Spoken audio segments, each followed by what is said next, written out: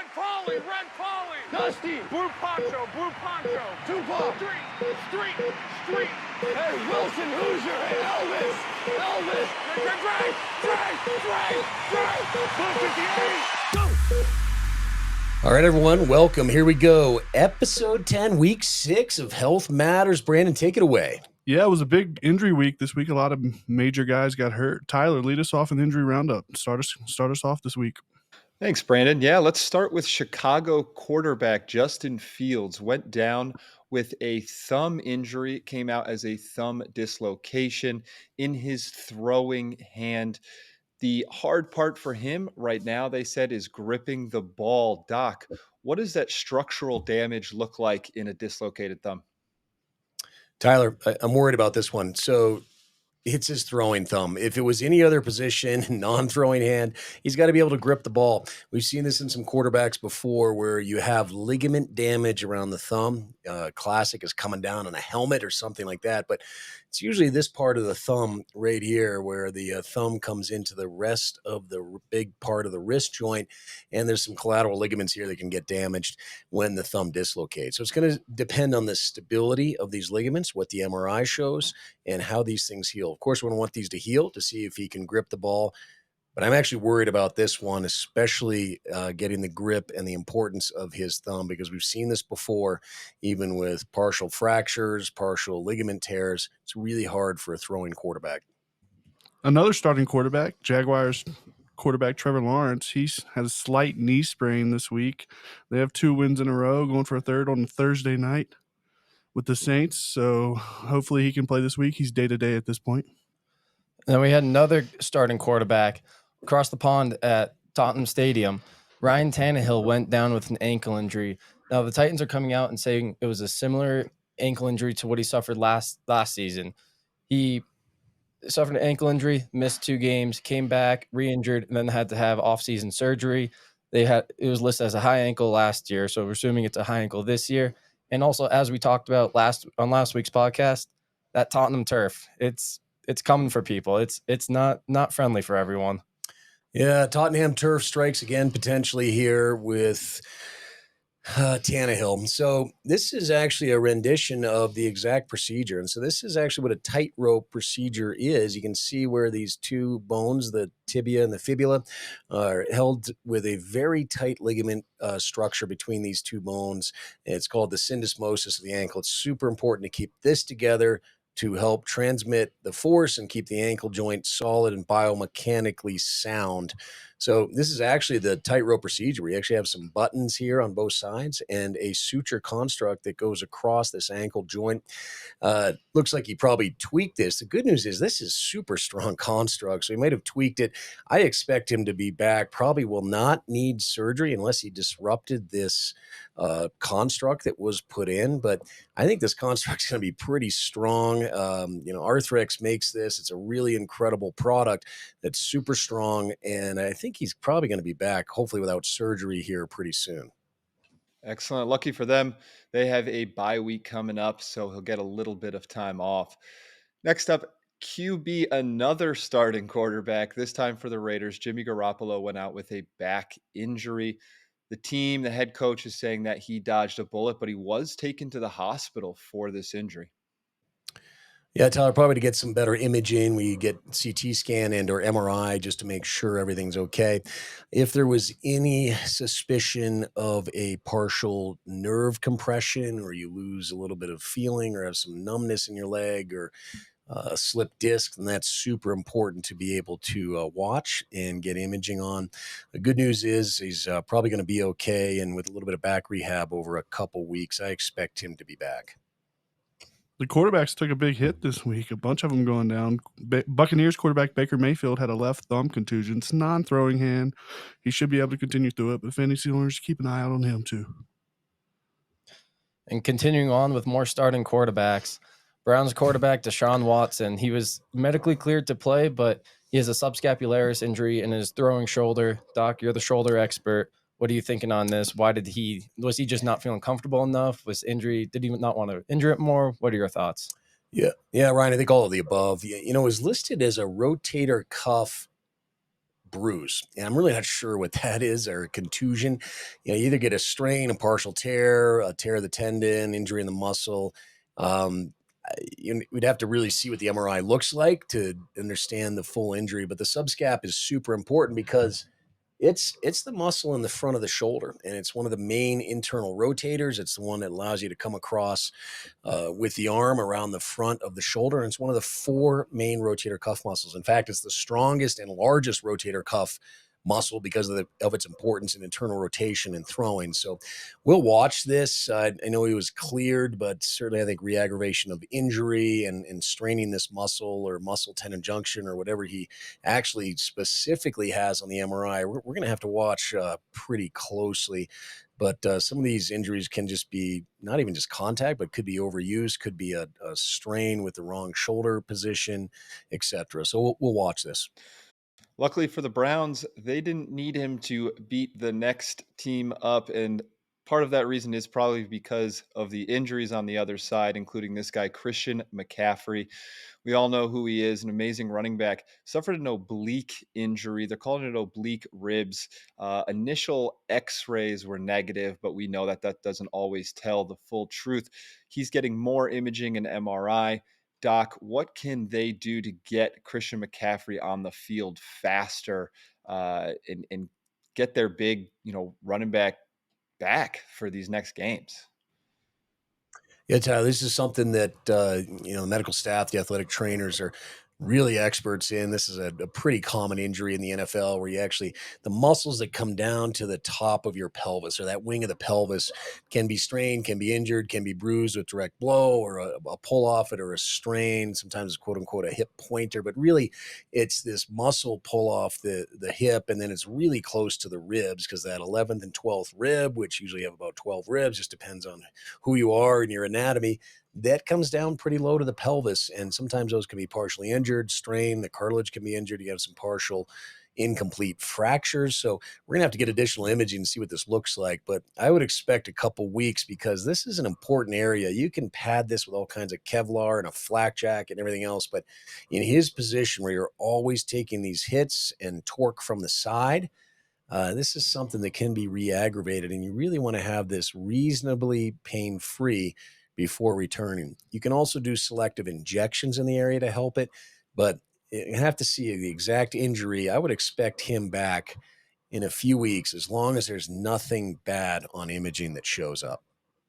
Yeah, the running back position's a tough position. A lot of contact, a lot of banging up in there. Another running back who's been kind of in and out of the lineup this year. When he's in there, he's doing really well for the Lions, who are a surprise team. But running back David Montgomery, he had a rib injury this week. He's just coming back from a thigh contusion, so that's really tough on them. Hopefully he can get back quickly because he's a star player for those guys. And we have another running back, Rams running back, Kyron Williams. He went down with an ankle injury late in the game. He's been playing pretty well the last couple weeks. Initial x-rays were negative, but he's getting his MRI today to see the full ligamentous damage on it. He's expected to be okay as per the coach. And again, that injury was suffered on the turf in LA, which is slip film, and same turf as Tottenham. It's still not doing well on that turf. Rams running back Ronnie Rivers also went down that game with a PCL strain. So the Rams running back depth is really being tested here. They're going to have to rely a lot on that passing game with Stafford and hopefully get some their tier 3 guy here up and take some reps. There's a lot of running backs out there, a lot of NFL players that have the PCL or the posterior cruciate ligament of the knee. And if you look at it, it's a ligament in the back of the knee. And what happens is it allows that tibia to sag posteriorly or sag in the back, and you get resultant instability with having this PCL strain. There are really 3 grades of PCL injuries. A lot of times we just see a grade 1, maybe a grade 2 sprain. Those are almost always non-surgical. And even if it's higher, it's almost non-surgical in the NFL, because of the rate of re-injury, because you're always coming down right on that tibia bone, right on that shin bone on the turf, and you're always putting stress across that PCL. But what do we know? PCL injuries, you can return really well and get back and perform at a high level in the NFL. And the scariest injury of the day on Sunday, running back Damian Harris of the Bills, he had a neck injury. He had to be carted off. He was spine boarded, taken to the hospital. He had good movement going off the field. He threw a thumbs up on the way out. and he went home that night. And he's in concussion protocol now with a neck sprain, so he'll be out a couple weeks. But that was always a scary incident when you have to spine board. And then we had Jets wide receiver Garrett Wilson. He had a non-contact knee injury while he was running a route on the MetLife turf. And then after the game, he came out and said that the turf was garbage. And our main concern right now is he didn't create any joint laxity that can cause further damage throughout the season, lead to knee instability, and hopefully he can stay healthy this season. Yeah, well, I'm going to have to see what Garrett's MRI looks like and additional examinations, make sure he didn't have any ligament damage or other damage inside the knee. Interesting, the MetLife turf was replaced this season, and, they're still seeing some level of injuries on that. So stay tuned. We're going to have to see how Garrett comes back after this injury. Back to the 49ers, wide receiver Deebo Samuel went out of the game with a shoulder injury. Now, the last play that he was in didn't look like too much. He was kind of pushed out of bounds, but he was involved in that pre-game scuffle prior, so maybe some of the injury happened there. They're still getting an MRI, getting imaging on this, leaning towards a C joint, but he was out for the remainder of the game, and maybe a little bit of time coming up. Doc, if this is an AC sprain, what are you thinking? Yeah, the AC joints right here. It's where the collarbone comes into the rest of the shoulder. Obviously we've seen that with another quarterback on the Colts this season, but running back, this can happen quite a bit, and it's usually sprains the capsule and the ligaments that help hold this in place. You can treat this really well with therapy, injections, almost always non-surgical, unless it's really problematic, or maybe it's a throwing shoulder. In a quarterback, that type of thing, we should see him back in 1 to 2 weeks. And our data would suggest about 1.4 weeks that they miss after a AC sprain. Yeah, speaking of the Colts quarterback, Anthony Richardson, they had some interesting news come out. Joe Mercy, the owner, came out and said he's probably done for the season and he's going to need surgery. That's a pretty big surgery, huh, Doc? Yeah, the AC joint in a throwing quarterback, they were calling it a type 3 AC sprain from the team. And, there's a lot of different classifications of just even a type 3. There's about 6 types of AC sprains out there. And the type 3 has one that's also a 3A and a 3B. And not to get too far down in the weeds, but the bottom line is if you have instability of that collarbone relative to the rest of the shoulder, your shoulder is just not on a good platform relative to the rest of the rib cage. That collarbone and the AC joint, super important for that throwing shoulder to put that scapula against the rib cage and stabilize the shoulder, especially in a throwing athlete. So doesn't surprise me that he's going to need surgery, but what that means is his AC joint is unstable. It's likely not even just vertically unstable. That AC joint pops up. You may have had a shoulder separation or know people that have had a shoulder separation when that collarbone pops up, but it's also the horizontal instability when the collarbone's going just back and forth, and the scapula just doesn't function biomechanically right to stay up against the rib cage and get that torque needed in a throwing quarterback. Yeah, we saw a lot of offensive playmakers here on the injury report. There was one defensive playmaker that made it on this week as well. Dolphins cornerback Xavier Howard. He's the number one DB with Jalen Ramsey still out rehabbing that knee. So he left with a groin injury. So hopefully that he'll be back soon, because that depth in Miami's rough. And, they're trying to have a good season this year. So that's the defensive guy that made the list this week. Tyler, tell us about the O-line. Yeah, let's bring it down in the trenches. I feel like we're always talking about the skilled players. We want to break down into the trenches here. We know from the predictors.com that O-line and D-line have a huge impact on outcomes of games. And this week we had a bunch of big O-linemen go down with ankle injuries. We had Saints James Hurst, Jags Brandon Sheriff, Bears Nate Davis, Eagles Lane Johnson, and finally the 49ers Trent Williams, another injury on the 49ers team, and a big one at that.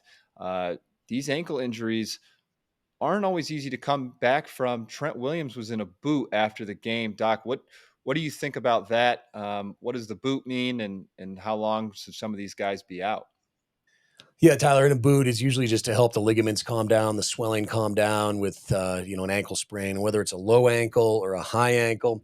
The ligaments we're concerned about are, out here in the fibula that attaches the fibula to the outer aspect of the ankle here. And so if it's a lateral ankle, it's usually these ligaments called the ATFL and maybe a few others if it's more severe. The boot helps us get some stability, compression, rest these ligaments so there's not a lot of torque across them so that they can heal optimally and quickly. Ryan, we already know Damian Harris is in the concussion protocol. Give us the rest of the concussion protocol from week 6. Yeah, honestly, it was not that bad of a week on the concussion from a concussion standpoint. We had Titans wide receiver Chris Moore, who went into the concussion protocol this week. So fantasy owners, keep your eye out on him when he returns. Okay, guys, let's shift some gears and talk about some of the games and some of the injury news that happened.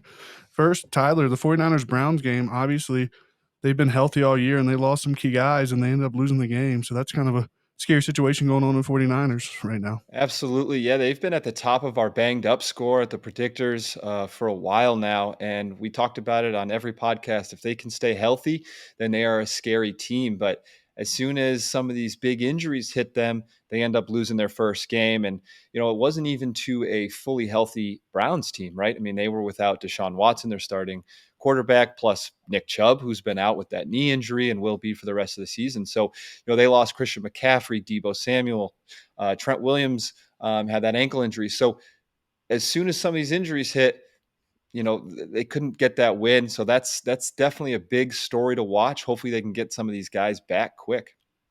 Yeah, they're always fun to watch with those playmakers on the field, and Debo and Christian are obviously two of the best in the league. So hopefully they're not out too long.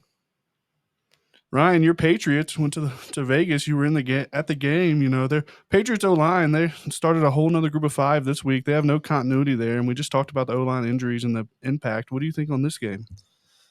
I mean, everyone can tell the O-line is absolutely horrendous. The Patriots are getting beat up with injuries. I think just to start the season, I think every single one of their offensive linemen had an injury designation, and that just continued throughout this season. And these guys are big. They're in the trenches all game. If they're hurt a little bit, it's going to get exaggerated throughout the course of the game. And you can tell Mac Jones has zero time in the pocket, and the O-line is screwing him there. And then we also had Hunter Henry go down with an ankle injury. He left the game. Ramondre Stevenson, he went out with a evaluated for a concussion and ankle injury. He ultimately returned to the game, but still went out for a little bit. And then obviously what we just mentioned before, Jimmy Garoppolo heading to the hospital after taking a big hit and injuring his back. So hopefully all his tests at the hospital are negative and he can get back on the field soon. Yeah, did y'all see that big hit Devontae took as well, Tyler? That was a great highlight hit. It was a pretty good form tackle. Luckily, he got up from that one. Yeah, man, he's a tough guy. I didn't think he'd be coming back from that one. That one looked. When it happened, I jumped out of my seat and it was yelling. So that was a big hit, but luckily he's okay, and especially after the shoulder injury he took earlier in the season. Let's move on to the Bears and the Vikings. Justin Jefferson, he's out with that hamstring injury. They're thinking maybe 4 weeks. And early on, they had a lot of passing yards, but in the second half, the passing game disappeared. And the Bears, they lost that quarterback, Justin Fields. Give us some analysis on this game. Yeah, I think losing Justin Jefferson is obviously a huge blow to the Vikings. Everyone knew that going into it, and this game showed it, right? I mean, Kirk Cousins, that's the guy he goes to, and there's going to have to be some other players that step up into that position. But with him not there, I think they're going to feel it. They already had a ton of losses this year, and I don't think it's going to get much better missing Justin Jefferson. And from a Bears standpoint, I mean, they need Fields out there. Everyone talked about how he hasn't really grown to the point that they want him to, but I think they're going to understand how important he is to that team when he's out with that thumb injury. Yeah, does that importance really play a factor in the surgical decision, Doc? Yeah, I mean, there's a lot go into the surgical decision. At the end of the day, you just want to take best care of the player, best player their injury, and just do the best thing for the player. At the end of the day, that's an easy decision making. I mean, obviously, you want to see if they want to go back to the sport. The player wants to go back and play. They don't want to miss time, but it's a careful discussion with the orthopedic surgeons, the medical staff, the team, the coaching staff, etc., to come to the decision, with the ultimate input from the player. Yeah, the last game we're going to mention this week, the Lions versus the Bucks. The Lions have been banged up all year, but they continue to impress. They got Amon-Ra St. Brown back this week, but they lost the running back. They still got Jamar Gibbs out, but they continue to pull away. And then for the Bucks side, you had Mike Evans coming back from the hamstring. He didn't really produce much, but And then Baker with the opposite hand injury, so that was a big hits on both sides of that one, but the Lions prevailed. Give us some analysis Yeah, on the that. hamstring, is big. Again, Mike Evans, we know he's been dealing with it, has had some problems. So that's all predicted. Our data at the predictors.com show that's anywhere from 15 to 25% down, depending on how many injuries and re-injuries you've had of the hamstring. It's something that keeps coming back, and you can injure other structures: knee, ankle, hip, groin, etc. So Mike's a great player. He's tough. He can come back. But again, our data rules the day on this, and he just didn't have a great game, but that was very predicted. I think for the Lions, you're going to see the same thing. Jahmyr Gibbs, they said, is coming back probably this week. I think Coach Dan Campbell said, but he's been out with a hamstring injury. So we're going to see how he does. Yeah, rolling along, Tyler. We're going into that fantasy performers. A couple of them are from that Lions-Buccaneers game. Give us a little recap on our injured players coming back. Yeah, so as you mentioned, Amon-Ra was back after that abdomen injury, and he had himself a game, put up around 30 points in that PPR league. So fantasy owners who had him were very happy. On the other side of that, Mike Evans, just about 9 points in PPR league. So all of these I'll go through. They're going to be PPR league games.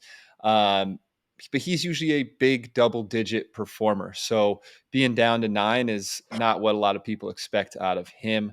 And then Sam Laporta from Detroit as well, tight end. He came into that game with a calf strain. We know Doc has talked about calf strains with Joe Burrow, and obviously in a tight end position, that's a tough injury as well between blocking and running routes. And it showed. He had 7.6 points, not what you want from your tight end. If you can get more out of them, obviously. T. Higgins was back. T. Higgins isn't a wide receiver one. So for him to come back from that rib injury, he didn't have a huge game, but wasn't expecting him to have a massive game at that. But I say one of the biggest ones, and one of the ones that Doc, I think you mentioned in a video I saw, is Travis Kelce. He had that ankle injury, but came back and put 124 yards up. So that's a huge game for him coming off an ankle injury. Yeah, again, I think sort of predicted, though. He actually came back. It wasn't the biggest tweak. If you look at the video, the injury mechanism that went to it just didn't have a ton of huge injury and energy into that ankle.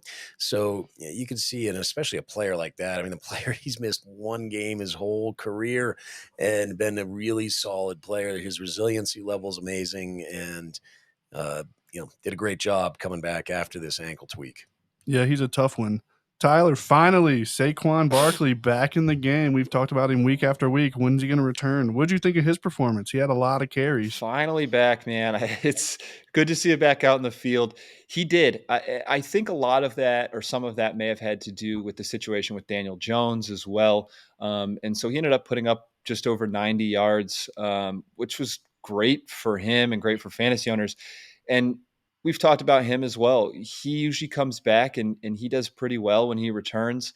He gives himself enough time to heal. But do I think he would have had 90 plus yards if Daniel Jones was on that field? I think he probably would have been. They may have not had him as the workhorse as much, but having him gone, they needed to really rely on him. Yeah, 24 carries coming off that injury. Is that a lot, Doc? I mean, not overwhelming. I mean, you're always trying to manage Saquon's load. I think the team probably expected that. I think Saquon was ready for that. If you look at his first half performance, it wasn't great. Kind of got warmed up during the second quarter, third quarter, and really helped them even stay in the game. But it's all about load management for him. We'll see how he does this week. Make sure he's off the injury report this week during practice, etc. All right, guys, that wraps it up for this week. It's a great episode. A lot of injuries to talk about, a lot of great information. Always remember to go to thepredictors.com and follow us on social media. See you next week.